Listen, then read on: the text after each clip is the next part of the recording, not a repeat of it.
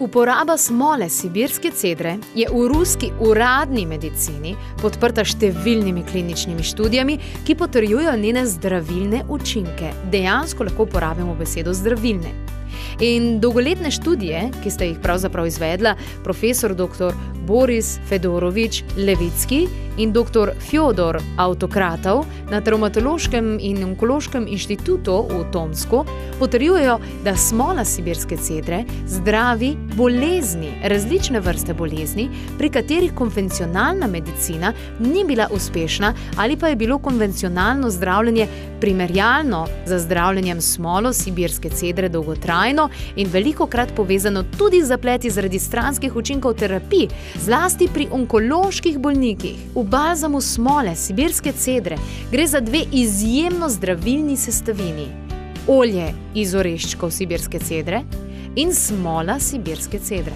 In ta kombinacija krepi srčno-žilni sistem, normalizira arterijski trakt, torej če je previsok ali če je nizek, znižuje raven holesterola v krvi, pa tudi uravnava presnovo.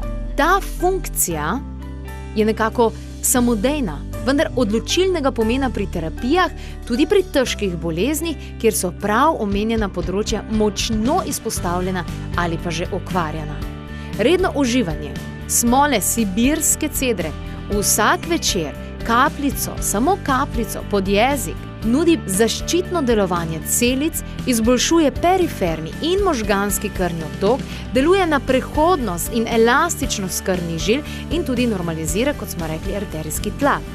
Tkivom in organom zagotavlja tudi dobro oskrbo s kisikom, spodbuja nastanek novih celic, tako seveda deluje tudi malce pomlajevalno, ureja presnovo maščob, kar je zelo pomembno pri pravilnem hujšanju recimo, čisti kri in jetra, ščiti kožo pred škodljivimi dejavniki okolja in jo naredi prožno.